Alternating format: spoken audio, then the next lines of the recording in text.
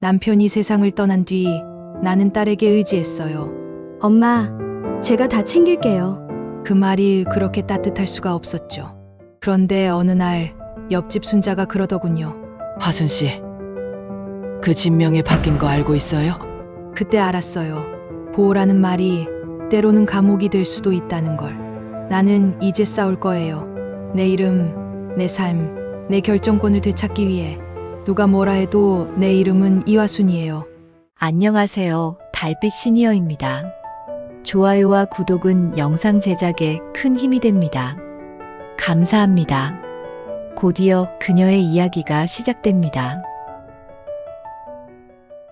응암동 골목의 낡은 단독주택. 담장 위로는 지난해 가을에 남긴 담쟁이 덩굴의 흔적만 남아있다. 이 집에 이화순이라는 이름이 63년을 살아온 자국처럼 묻어있다. 남편 박준호는 지난 겨울 2월 말에 그 춥던 아침에 침대 위에서 눈을 감았다. 당뇨병으로 쇠약해진 몸이었지만 그날따라 유독 편해 보였다. 의사는 자연사라고 했지만 이화순에게는 그냥 혼자가 된 것이었다. 그 첫 봄은 길었다. 새벽 5시에 자동으로 떠오르는 남편의 습관대로 냉장고 문을 열고 혼자 밥을 담는 아침대. 옆에 누군가 있을 것 같은데 없는 침대. 화수는 그 공허함에 익숙해지려고 했다. 3달, 6달이 지나가며 슬픔도 일상으로 변했다. 친구 박순자는 가끔 전화를 걸어 야, 너 혼자 멍 때리고만 있지 말고 뭐라도 해봐라며 다그치곤 했다. 그럴 때면 화수는 입가에 미소를 짓고 대답했다. 괜찮아. 바뀐 거 없어. 그런데 바뀐 게 없을 리 없었다. 43년을 같이 살던 사람이 사라지면 세상의 모양도 달라진다. 은행 통장은 남편 이름으로 되어 있었고 집도 공과금도 그의 이름 아래 묶여 있었다. 화수는 남편 뒤에서 밥만 해주던 아내였다. 이제 그 모든 것들과 혼자 마주해야 했다. 며칠 뒤 딸 윤지수가 나타났다. 그해 5월 강남역 근처 부동산 컨설팅 회사에서 차를 몰고 온 딸은 현관문을 열며 큰 숨을 내쉬었다. 엄마, 그 한마디에 화순의 눈빛이 달라졌다. 지수는 엄마의 손을 잡고 거실의 상태를 훑어봤다. 먹다 남은 밑반찬들, 정리되지 않은 서류 더미, 먼지가 살짝 앉은 TV 위. 엄마, 이거 혼자 다 하고 계셨어요? 응, 할 수 있잖아. 밥하고 설거지하고 뭐. 딸은 엄마를 찬찬히 봤다. 얼굴이 야위어 있었고 눈가에 주름이 더 깊어져 있었다. 지난 겨울 아버지가 돌아가신 후 처음 가까이서 본 어머니는 생각보다 훨씬 작아 보였다.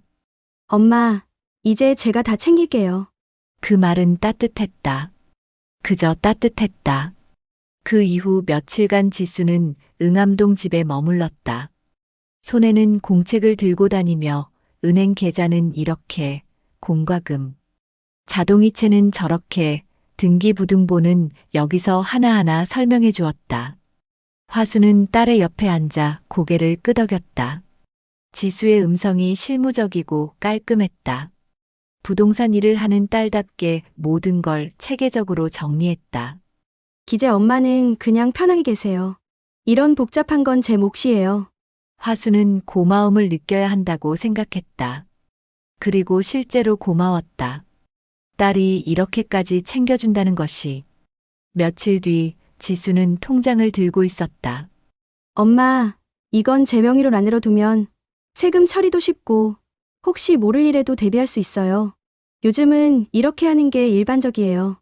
화수는 고개를 끄덕였다. 그래. 그럼 그렇게 해. 그리고 집 등기부도요. 엄마 혼자 이걸 관리하시면 복잡하니까 제 이름도 넣어두면 처리가 빨라요.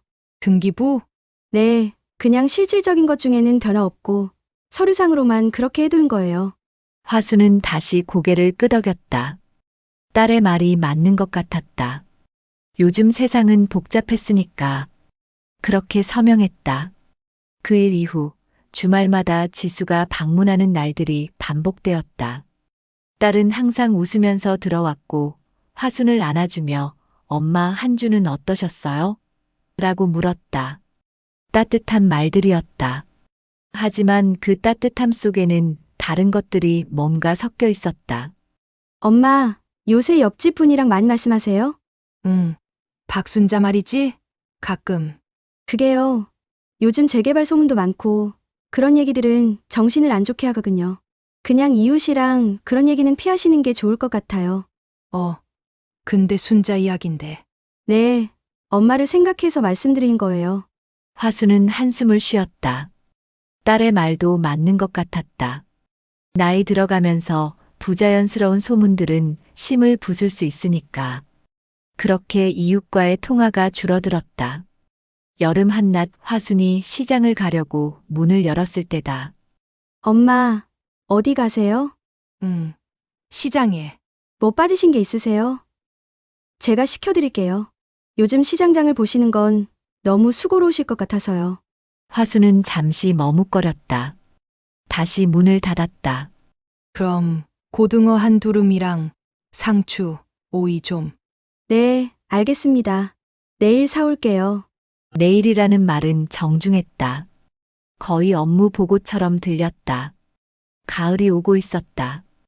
응암동의 담장 위에 다시 담쟁이가 빨갛게 물들기 시작했고 화순의 일상은 조용해졌다. 친구들과의 통화도 점점 줄었다. 왜냐하면 통화할 때마다 어딘가 딸의 목소리가 들리는 듯 했기 때문이다.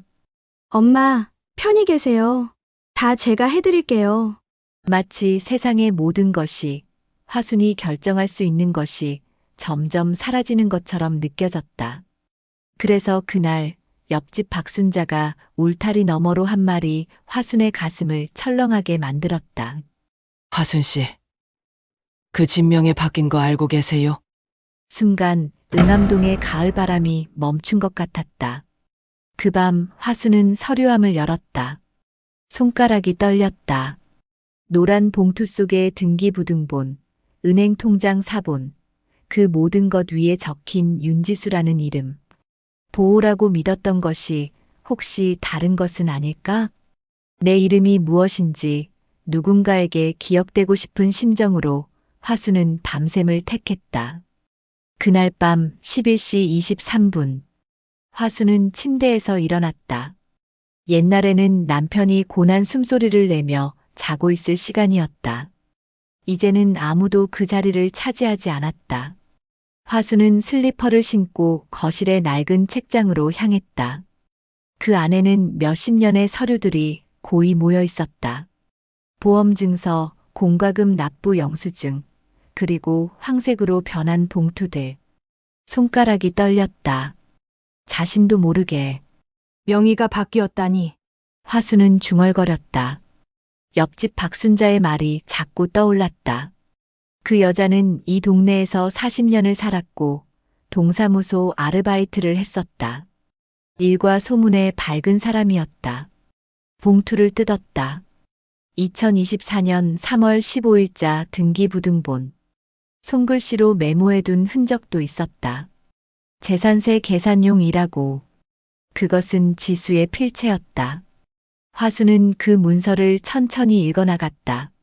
소유자 박준호 고인 55%, 소유자 윤지수 딸 45%, 3번, 5번을 읽었다. 글씨가 지워지지 않았다. 45%, 45%. 응암동의 이 집은 남편이 사준 것이었다. 1997년 IMF 터지기 직전에 은행 직원이던 남편이 작은 월급을 모아 계약금을 냈던 집. 그 이후 30년을 함께 살아온 집. 화수는 이 담장 안에서 아이들을 낳고 밥을 지었다. 이 집은 화순의 세월이었다. 그런데 지금 이 집의 45%는 딸의 것이었다. 서류함 안으로 손을 더 뻗었다. 통장 사본들. 신한은행 계좌 윤지수의 이름 아래 공동 소유라는 글씨. 농협 계좌도 같았다. 부동산 청약 통장도. 새벽 1시 47분. 응암동 집의 거실은 조용했다.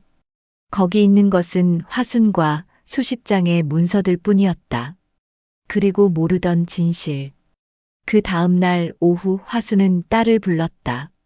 통화한 지 2시간 만에 지수는 응암동 집 현관에 서 있었다. 얼굴에는 언제나처럼 미소가 있었다. 하지만 화순의 눈빛은 달랐다. 우리 엄마, 무슨 일이라도 있으세요? 지수야, 앉아. 딸이 소파에 앉자 화순은 손에 들었던 등기부등본을 펼쳐놓았다. 말은 없었다. 그냥 문서를 내밀었다. 지수의 얼굴이 굳었다 풀렸다 하는 것을 화순은 놓치지 않았다. 이게 뭐지? 엄마, 그건 명의가 네 이름으로 되어 있다. 45%가. 이건 뭐 하는 짓이니? 화순의 목소리는 낮았다. 하지만 흔들리지 않았다. 그녀는 63년을 살아오면서 이런 목소리를 낼 줄 몰랐다. 남편의 장례식 때도 혼자가 되던 그 겨울에도 이런 목소리를 내지 않았다.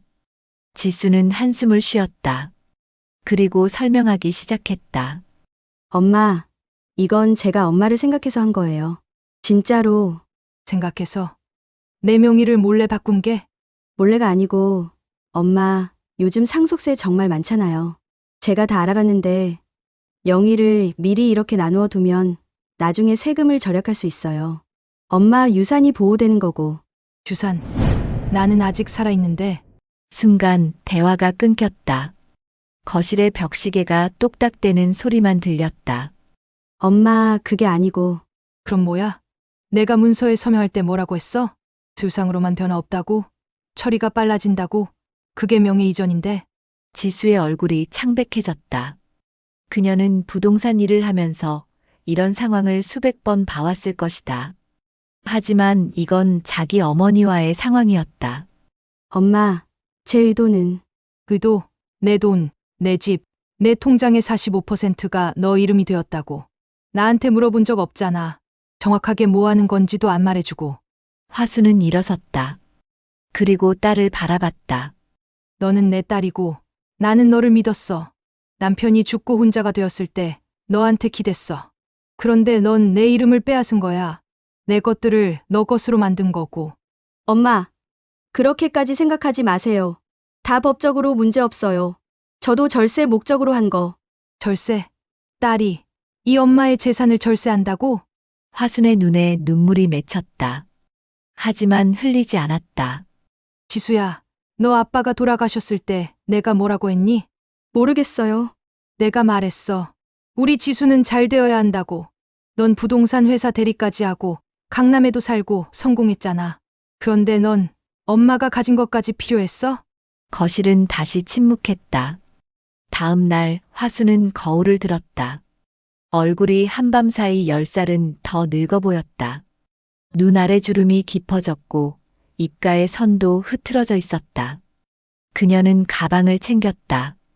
오전 10시 응암동 버스 정류장에서 지하철을 탔다. 목적지는 강남역 근처의 법무사 사무실이었다. 박순자가 소개해준 곳이었다.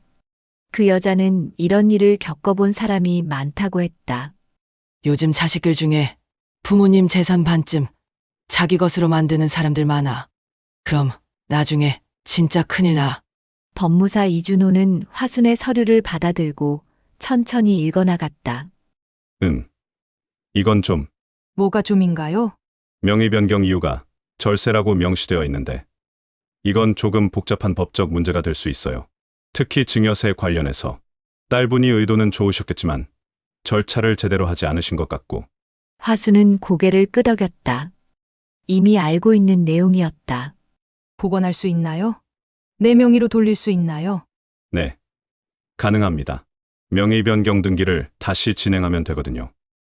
다만 딸분하고 대화가 필요할 것 같아요. 법적으로는 진행할 수 있지만 가족 간의 신뢰가 깨졌다면 화수는 창문을 봤다. 강남역 위로는 회색 하늘이 펼쳐져 있었다. 신뢰는 이미 깨졌습니다. 그 밤 화수는 일기장을 펼쳤다. 1974년부터 시작된 낡은 수첩. 수십 년의 기록들이 거기 있었다. 남편과 처음 만난 날, 첫 아이 낳던 밤, 이 집에 이사 온 날, 남편 장례식. 이번엔 다른 글씨로 썼다. 손가락이 조금 덜덜거렸지만 화수는 분명하게 썼다. 오늘 내 딸이 나를 보호한다며 내 이름을 빼앗았다는 걸 알았다. 그리고 그 아래에 작은 글씨로 덧붙였다. 보호와 집에는 종이 한 장 차이다. 다음 날 아침 응암동의 담장 위로 첫 번째 서리가 내렸다. 화수는 변호사 사무실에 전화를 했다. 네, 절차 진행해 주세요. 내 이름을 되돌려 달라고. 통화를 마친 후 그녀는 거울 앞에 섰다. 하얀 머리를 뒤로 묶으면서 중얼거렸다. 우리 지수 아직 모르겠지. 모르는 것이 무엇인지를. 엄마가 슬픈 것이 아니라 엄마가 정말 화났다는 걸. 법무사 사무실의 벽시계는 오후 2시 15분을 가리키고 있었다. 화수는 한 주 뒤에 다시 그곳에 앉아 있었다. 손에는 인감증명서와 신분증 사본이 들려 있었다. 이준호 법무사는 서류를 정리하며 화순을 봤다. 명예복원 절차는 약 2주가 소요될 것 같습니다. 등기부등본 작성, 명의 변경 등기 신청, 그리고 얼마나 오래 걸리나요? 통상 15일에서 20일 정도면 완료됩니다. 다만 중간에 딸분께서 반대 의사를 제시할 경우 소송으로 길어질 수도 있고. 화수는 고개를 끄덕였다. 그녀는 이미 각오를 했다. 진행하세요. 절차 다 밟겠습니다. 펜을 집었다. 화순의 손은 이제 떨리지 않았다. 서명란에 자신의 이름을 적을 때 그녀는 신기할 정도로 차분했다. 평소에 흔들리는 화순이 아니었다. 마치 누군가 다른 여자가 펜을 들고 있는 것처럼. 이화순. 붓글씨로 익숙한 자기 이름을 썼다. 법무사는 인감 도장을 받아 서류에 찍어두었다. 탁 하고 내려 찍는 소리가 응암동의 조용한 밤거리보다 더 크게 들렸다. 그 다음 날 화수는 시장을 갔다. 오래간만이었다. 옛날처럼 검정색 가방을 들고 아침 9시에 응암동 입구의 시장으로. 박순자는 채소 가게 앞에서 물을 고르고 있다가 화순을 봤을 때 얼굴이 확 밝아졌다. 이화순. 요새 어딨어? 석 달을 봐야 겨우 얼굴이 나타나네. 순자 씨, 화순이 다가가자 박순자는 그녀의 얼굴을 자세히 보았다. 그리고 무언가를 깨달은 듯 고개를 끄덕였다. 뭔가 달라졌네. 눈빛이. 그래? 응. 싱거운 눈빛이 아니라 뭔가 있는 눈빛이야. 뭐 했어? 화수는 박순자의 팔을 잡고 시장 안쪽의 좁은 골목으로 들어갔다. 그곳은 옛날부터 이웃 할머니들이 수다 떠는 장소였다. 화수는 박순자에게 지난 일주를 모두 말했다. 법무사 방문, 서류 작성, 그리고 명예복원. 박순자는 고개를 천천히 끄덕이며 들었다. 용감하네. 용감한 게 아니라 그냥 이렇게 될 수밖에 없었어. 아니야. 용감한 거 맞아. 자기 딸한테 대항한다는 거. 그게 얼마나 어려운 일인데. 너 정신 어디 있는데 그걸 했어? 화수는 한숨을 쉬었다. 남편이 죽고 혼자가 되니까 내가 투명해진 것 같았어. 누구 소유도 아닌 그런 기분. 근데 내 이름이 사라지니까 정말로 투명해지겠다는 생각이 들었어. 그래서 싸우기로 했어. 시장의 좁은 골목에서 화순의 말이 울렸다. 그 뒤로 여러 할머니들이 화순의 말을 듣고 공감의 고개를 끄덕였다. 나이 든 여자들은 알고 있었다. 자기 이름을 지키는 것이 얼마나 중요한지를. 박순자는 화순의 손을 잡았다. 그래, 싸워. 내가 물어볼 게 있으면 법무사쌤한테 연결해 줄게. 내 조카가 법원에서 일해. 그 밤 화순의 휴대폰이 울렸다. 지수였다. 엄마, 왜 법무사 사무실을 찾아가셨어요? 화순의 심장이 철렁했다. 얼마나 빨리 알았을까. 아, 그렇겠지. 법무사 이준호가 혹은 어딘가에서 정보가 흘러들었을 것이다. 지수야, 엄마, 잠깐만요. 지금 회사 나가요. 통화가 끊겼다. 1시간 뒤 지수의 승용차가 응암동 집 앞에 섰다. 밤 8시. 화수는 현관문을 열었다. 딸의 얼굴은 이전과 달랐다. 미소가 없었다. 그 자리에는 무언가 다른 감정이 자리 잡고 있었다. 엄마, 뭐 하시는 거예요? 들어와.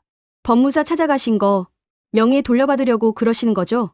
화수는 거실의 소파에 앉았다. 지수도 마주보고 앉았다. 하지만 움직임이 경직되어 있었다. 맞아. 엄마, 제발 그러지 마세요. 왜? 왜냐고요? 엄마, 저는 진짜 엄마를 생각해서 한 거예요. 절세도 중요하고 나중에 상속 과정에서 빚이 생길 수도 있고. 지수야, 내가 물어볼 게 있어. 화순의 목소리가 변했다. 이전에 물렀던 목소리가 아니었다. 내가 서명할 때 정확하게 뭐 하는 건지 설명했어. 앞으로 이 집이 절반 네 것이 된다고? 지수의 입이 다물어졌다. 아니다. 설명 안 했지. 넌 서류상으로 변화 없다고 했어. 그리고 처리가 빨라진다고 했어. 그건 거짓이었어. 지수야, 엄마, 넌 전문가잖아. 부동산 컨설턴트. 그런 명의가 얼마나 중요한지 알 거야. 그런데 왜 엄마한테는 딴소리를 했어? 지수는 일어섰다. 엄마, 정말 이렇게까지 생각하셨어요? 제 의도를 이렇게 악의적으로? 악의적. 딸이 엄마의 명의를 빼앗은 게 뭐지? 그게 의도가 좋으면 상관없나? 엄마는 요즘 너무 편집증적이세요. 알고 보니까 박순자 아주머니 말을 다 믿으시고. 박순자가 뭐 했어? 내한테 진실만 말해준 거잖아. 진실이요? 엄마를 조종하고 있는 거 아니에요? 순간 거실의 공기가 얼어붙었다. 화수는 천천히 일어섰다. 딸과 눈높이를 맞췄다. 조종.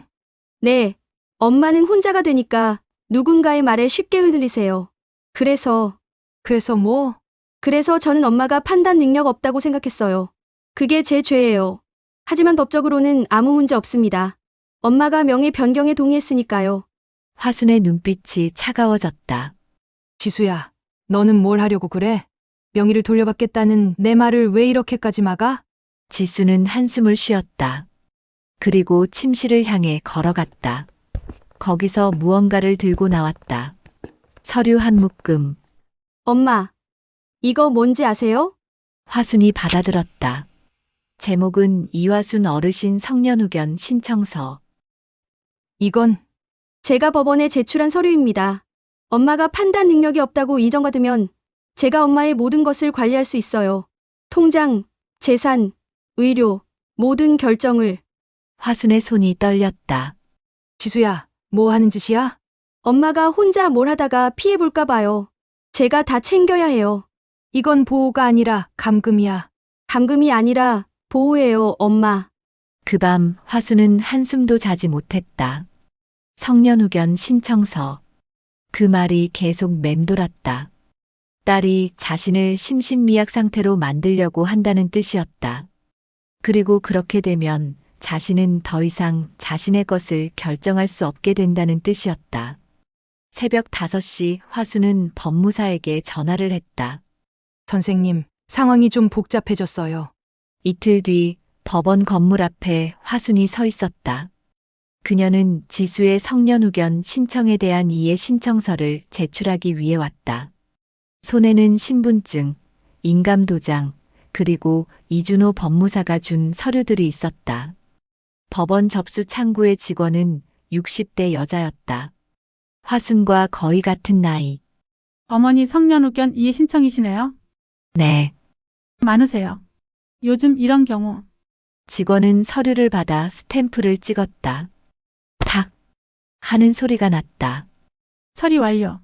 약 2주 뒤에 법원 신문이 있을 거예요. 그때 오셔야 합니다. 화수는 고개를 끄덕였다. 그리고 바깥으로 나왔다. 서울의 가을 햇살이 법원 건물을 비추고 있었다. 응암동보다 훨씬 높은 건물들 사이로 하늘이 보였다. 화수는 한동안 그 하늘을 봤다. 이제 싸움은 법원으로 옮겨졌다. 더 이상 거실 소파에서의 싸움이 아니었다. 그 저녁 응암동 골목으로 돌아온 화수는 박순자 집 문을 두드렸다. 박순자는 거기 있었다. 마치 화순을 기다리고 있었던 것처럼. 왔네. 응. 두 여자는 마당에 앉았다. 응암동의 하늘은 이미 어둑해지고 있었다. 법원에 갔어? 응. 이해 신청했어. 그래. 잘했어. 박순자는 화순의 손을 잡았다. 그 손은 따뜻했다. 남편의 손보다 딸의 손보다 훨씬 따뜻했다. 우리 내일 시장 가서 미역국 끓일 재료 사자. 그리고 너 집에서 밥 먹고 이야기하자. 오랜만에. 화순의 눈에 눈물이 맺혔다. 응. 그 밤 응암동 집 거실의 책장에는 새로운 서류 한 묶음이 들어갔다. 이화순의 법적 이해 신청서. 그 옆에는 오래된 일기장이 놓여 있었다. 1974년부터의 기록들. 그리고 화순은 다시 펜을 들었다. 딸이 나를 지키려 했지만 결국 나를 지킬 수 있는 건 나뿐이었다.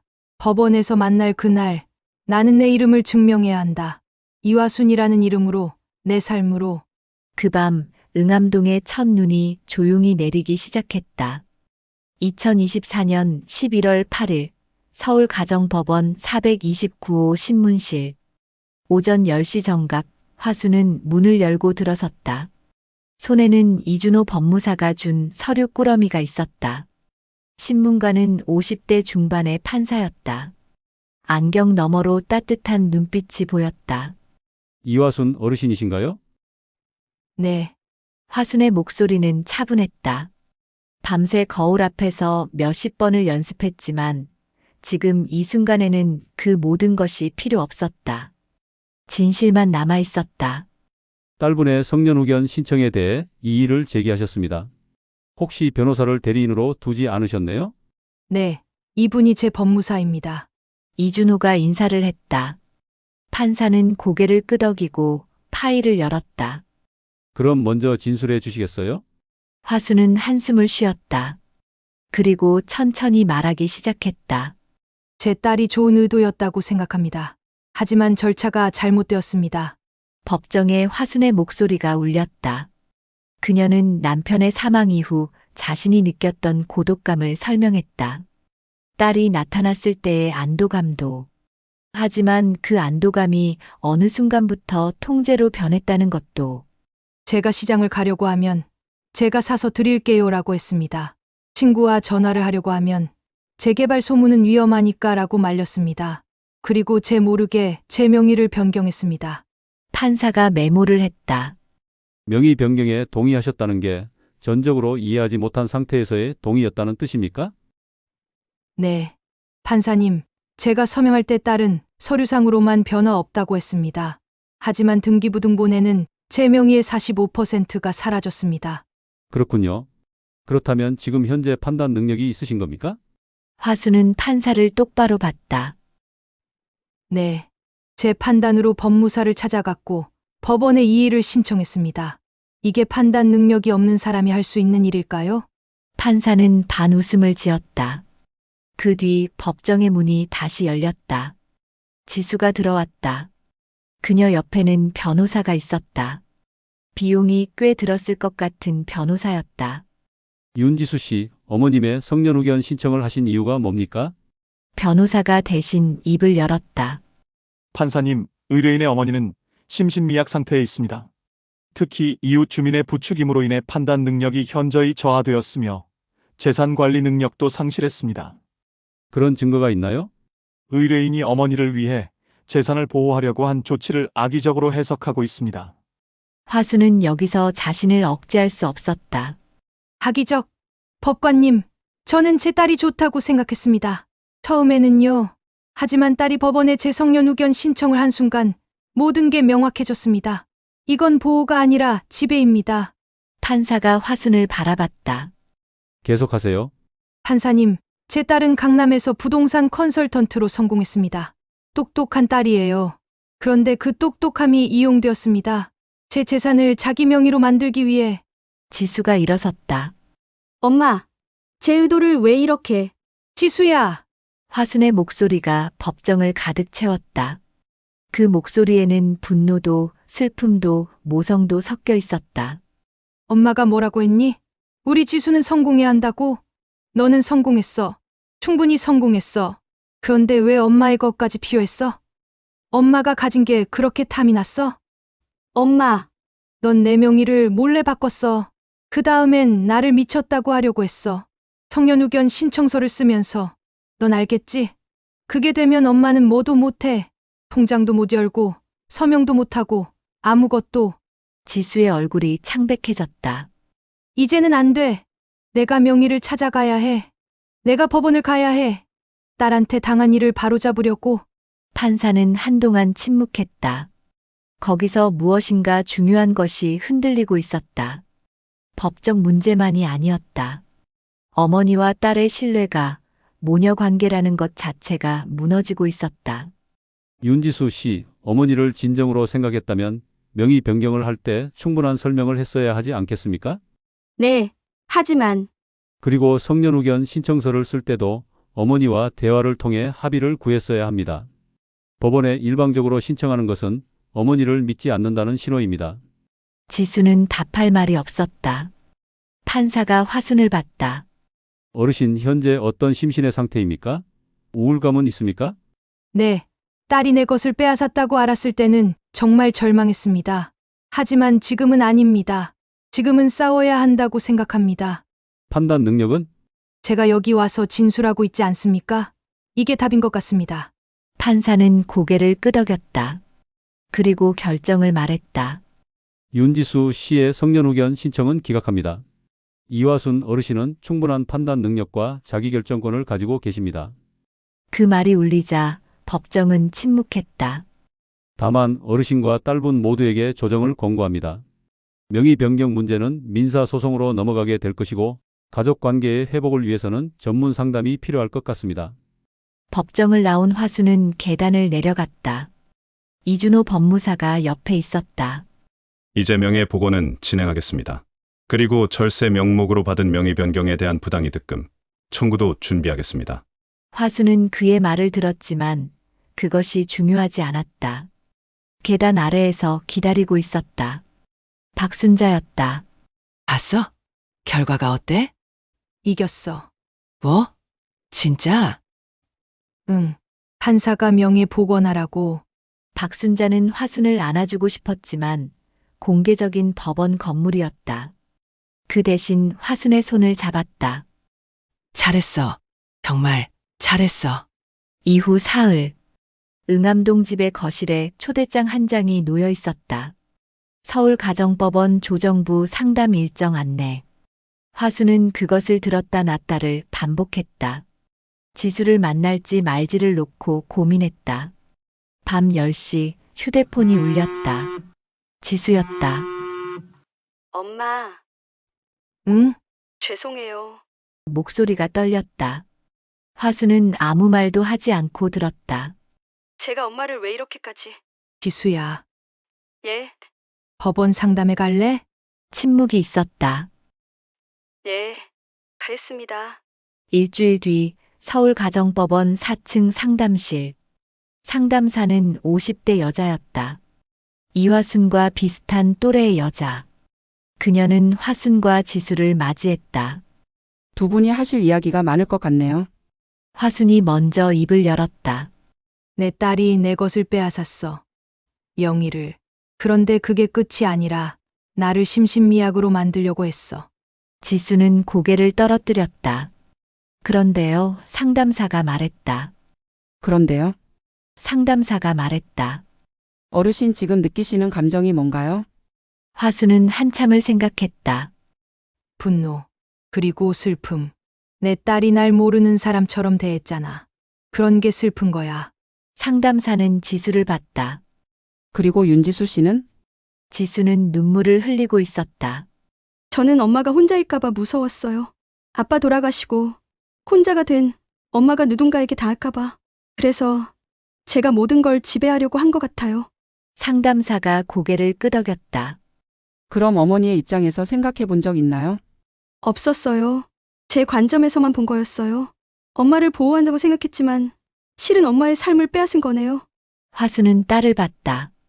그 얼굴은 이제 더 이상 딸이 아니었다. 어쩌면 처음으로 화순이 딸을 대등한 한 명의 어른으로 본 것 같았다. 지수야, 네, 엄마. 내가 너한테 한 말 기억나? 우리 지수는 잘 되어야 한다고? 기억해요. 그런데 넌 잘 되기만 하려고 했어. 넌 엄마 이름까지 빼앗았어. 그게 잘 되는 거니? 지수는 아무 말도 하지 못했다. 나는 네가 성공하는 것도 좋지만 정직한 딸이 되기를 원했어. 엄마를 속이는 성공은 성공이 아니야. 상담사는 기록을 했다.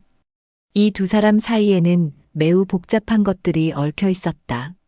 하지만 적어도 대화는 시작되고 있었다. 3달 뒤 2024년 2월 명의복원 절차가 완료되었다. 응암동의 단독주택은 다시 이화순의 온전한 소유가 되었다. 지수의 45%는 사라졌다. 그 밤 화순은 새로운 등기부등본을 손에 들었다. 소유자 이화순 100%. 손가락을 그 글씨 위에 얹었다. 3달 전에 떨리는 손이 아니었다. 그 옆 책상에는 지수가 쓴 편지가 있었다. 엄마께 저는 엄마를 보호한다는 이름으로 엄마의 삶을 지배하려고 했습니다. 법원에서 진실 앞에 서기 전까지 저는 그걸 모르고 있었습니다. 이제는 알겠습니다. 보호와 존중은 다르다는 것을, 사랑한다는 것은 상대의 결정을 받아주는 것이라는 것을. 엄마의 딸 지수올림. 화수는 그 편지를 읽고 또 읽었다. 그리고 다시 펜을 들었다. 일기장에 법원에서 이겼다. 하지만 진짜 승리는 딸이 자신을 인정한 것이다. 딸이 나를 보호한다며 내 삶을 지워가려 했지만 결국 우리 모두는 배웠다. 진정한 사랑은 지배가 아니라 한 발 물러서서 상대를 존중하는 것이라는 걸. 응암동의 담장 위에는 새 봄의 담쟁이가 다시 초록색으로 물들기 시작했다. 그리고 집의 거실에는 화순과 지수가 마주 앉아 있었다. 아직 쉽지 않은 침묵이었지만 적어도 거기에는 이해하려는 마음이 있었다. 2024년 4월 15일 응암동. 담장 위의 담쟁이는 이제 완전한 초록색이 되어 있었다. 한겨울부터 시작된 싸움이 6개월을 지나 봄은 다시 찾아왔다. 마치 화순의 삶도 함께 계절을 바꾼 것처럼 응암동 시장의 입구에서 여자 한 명이 천천히 걸어오고 있었다. 그것은 이화순이었지만 동시에 예전의 이화순이 아니었다. 옷이 달랐다. 이전에 회색, 검은색, 짙은 자주색만 입던 화순은 이제 봄색을 입고 있었다. 연분홍색 카디건에 밝은 베이지색 바지. 마치 누군가 의도적으로 자신을 새 색깔로 칠하려고 한 것처럼. 얼굴도 달랐다. 입가의 선이 부드러워졌고 눈빛이 다시 살아있었다. 법정에서의 찬 분노가 아니라 일상 속에서 피어나는 따뜻함이었다. 시장 입구의 채소 가게 앞에서 박순자가 나타났다. 그들은 오래된 친구들처럼 자연스럽게 팔을 맞췄다. 야, 너 요새 뭐 해? 이렇게 반갑네. 응. 아침마다 집에서 책을 읽고 오후마다 여기 와. 그리고 그리고 도자기를 배워. 손으로 흙을 빚으면서 생각하는 게 좋아. 박순자는 화순의 얼굴을 자세히 봤다. 너 진짜 많이 변했다. 처음에는 그렇게 웅크리고 있더니 지금은 완전히 달라. 시장 골목으로 들어가면서 화순이 말했다. 응. 웅크렸었지. 그땐 나를 잃고 있는 줄 몰랐어. 내 명의가 사라지는 게 내 존재가 사라지는 것처럼 느껴졌어. 그럼 지금은? 지금은 내 명의를 다시 찾았어. 법원이 그렇게 판결했으니까. 근데 정말 중요한 건 나 자신을 찾은 거야. 이화순이라는 이름이 뭘 의미하는지. 그날 저녁 응암동 카페 담장. 창가의 테이블에 화순과 지수가 마주 앉아 있었다. 지난 3달 동안 법원 상담을 통해 만났지만 이렇게 자발적으로 만나는 것은 처음이었다. 지수도 변해 있었다. 강남의 부동산 컨설턴트의 이미지에서 벗어난 더 소박한 모습. 회색 스웨터, 최소한의 화장, 그리고 무언가 무거운 짐을 내려놓은 듯한 얼굴. 엄마, 응? 죄송해요. 아직도 죄송해요. 화수는 딸의 손을 잡지 않았다. 그냥 봤다. 눈마다 눈을 맞췄다. 지수야, 넌 이미 많이 사과했어. 법원에서도 상담사 선생님 앞에서도 이제 충분해. 그런데 엄마가 나를 진짜로 용서했는지 모르겠어요. 카페의 배경음악이 조용하게 울렸다. 그것은 어색한 침묵이 아니었다. 두 사람이 서로를 이해하려고 노력하는 침묵이었다. 화수는 천천히 커피 잔을 들었다. 지수야, 용서가 뭘까? 내가 너를 용서했다는 게 너를 다시 완전히 믿겠다는 뜻일까? 아니면 내가 당한 상처를 없었던 일로 만들겠다는 뜻일까? 아, 저도 모르겠어요. 나도 그건 아니야. 나는 너를 용서했어. 하지만 믿음은 다시 만들어야 해. 그건 하루 이틀에 안 돼. 시간이 필요해. 이렇게 마주 앉아서 밥을 먹고 서로의 말을 들으면서 만들어지는 거야. 지수의 눈에 눈물이 맺혔다. 얼마나 오래 걸릴까요? 모르겠어. 하지만 우리가 지금 여기 있잖아. 이게 시작인 거야. 그것만으로도 충분해. 화수는 딸의 손을 이번에는 잡았다. 부드럽게 재확인하듯이. 카페를 나온 화수는 혼자 골목을 걸었다. 지수는 강남으로 돌아가야 했다. 일이 있었다. 하지만 이제 그 일은 다른 일이 되어 있었다. 응암동 골목을 걷다가 화수는 처음 보는 가게 앞에서 멈췄다. 간판이 새 것이었다. 공방 함께. 호기심이 생겼다. 화수는 문을 밀고 들어갔다. 그 안에는 50대 여자가 도자기를 빚고 있었다. 손에는 흙이 묻어 있었고 얼굴에는 깊은 집중력이 있었다. 안녕하세요. 혹시 수강생을 받으세요? 아, 네. 항상 환영합니다. 화수는 그날부터 도자기를 배우기 시작했다. 한 달이 지났다. 화순이 빚은 첫 도자기는 작은 화분이 되었다. 울퉁불퉁한 표면, 약간 기울어진 잎, 그렇지만 누군가의 정성이 가득 담긴 화분. 응암동 집의 창가에 그 화분이 놓여 있었다. 햇빛이 들 때마다 그 화분은 살짝 빛났다. 그 안에는 개나리 한 줄기가 꽂혀 있었다. 그 옆에는 화순의 일기장이 있었다. 1974년부터 시작된 낡은 수첩. 화순은 새로운 페이지를 펼쳤다. 6개월 전 나는 법원에 갔다.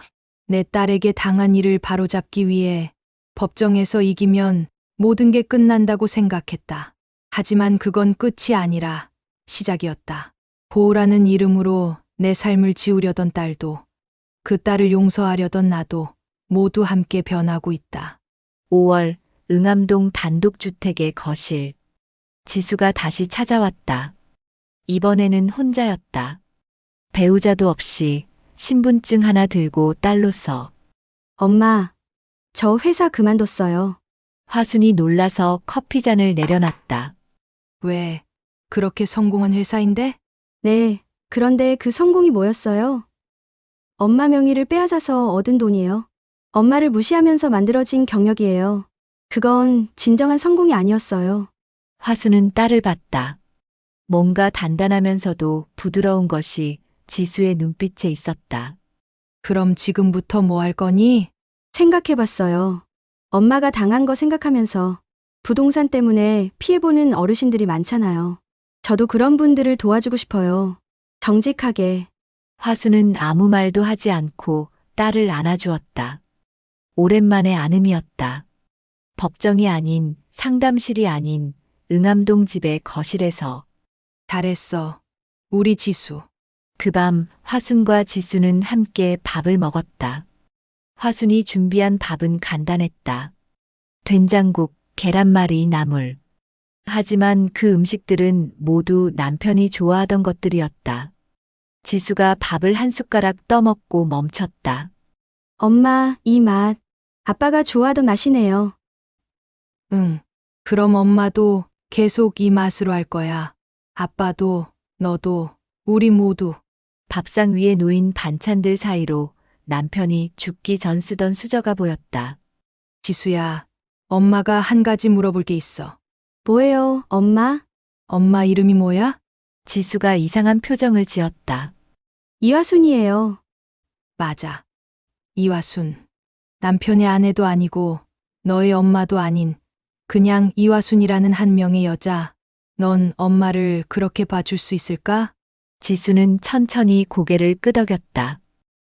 네. 이제는 엄마를 그렇게 볼 수 있어요. 6월 응암동은 완전히 초록색이 되었다. 화수는 이제 매일 시장에 간다. 박순자와 함께. 그리고 주 3회는 도자기 공방에 간다. 손으로 흙을 빚으면서 신통방통한 일들을 생각한다. 법무사 이준호는 이제 화순의 친구다. 가끔 전화로 안부를 나누고 새 음식점이 생기면 함께 가본다. 그는 응암동에서 신뢰할 수 있는 법무사로 알려져 있다. 그리고 지수는 강남을 떠나 응암동 근처에 작은 사무실을 얻었다. 어르신 권리 상담소라는 간판이 붙어 있는 8월 응암동 마을 축제. 응암동의 주민들이 모여 작은 축제를 열었다. 음식 나눔, 이웃 소개, 함께하는 시간들. 그곳에 화순, 박순자, 지수, 이준호 법무사가 모두 모였다. 화순은 자신이 도자기 공방에서 만든 화분들을 가져왔다. 개나리, 튤립, 작은 다육이들이 담긴 화분들. 이 화분들은 비매품입니다. 흥암동의 모든 이웃에게 드리는 선물이에요. 축제에 온 사람들은 화순의 화분을 하나씩 받아갔다. 어떤 할머니는 눈물을 흘렸다. 고마워요, 화순 씨.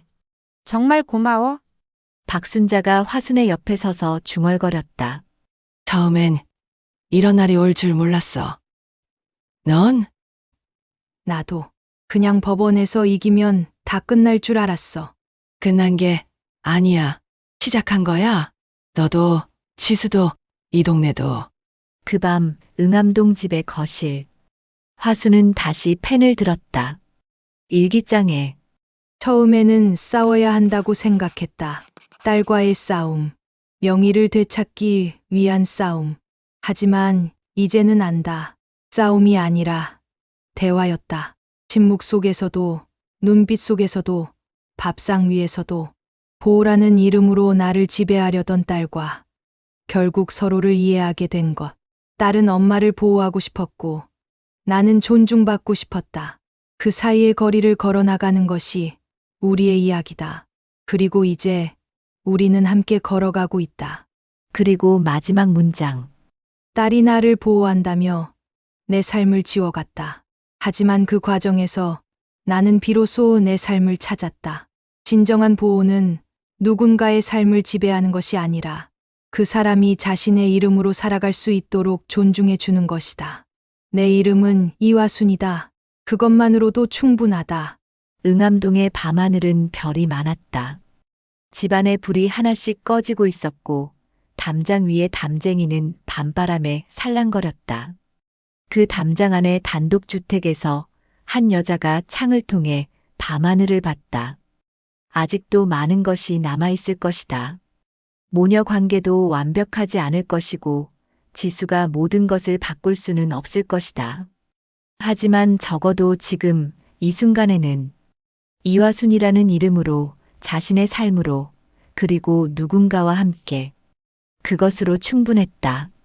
1년 뒤 응암동은 여전히 응암동이었다. 하지만 그곳을 지나가는 사람들의 눈빛은 조금 달라 보였다. 어르신 권리 상담소는 이제 응암동의 한 부분이 되었고 화순의 도자기 화분들은 응암동의 여러 곳에서 꽃을 피우고 있었다. 박순자와 화순은 여전히 매일 시장을 함께 다니고 있었다. 그리고 지수는 매주 일요일마다 응암동에 온다. 단순히 딸로서가 아니라 어르신 권리 상담소의 상담사로서.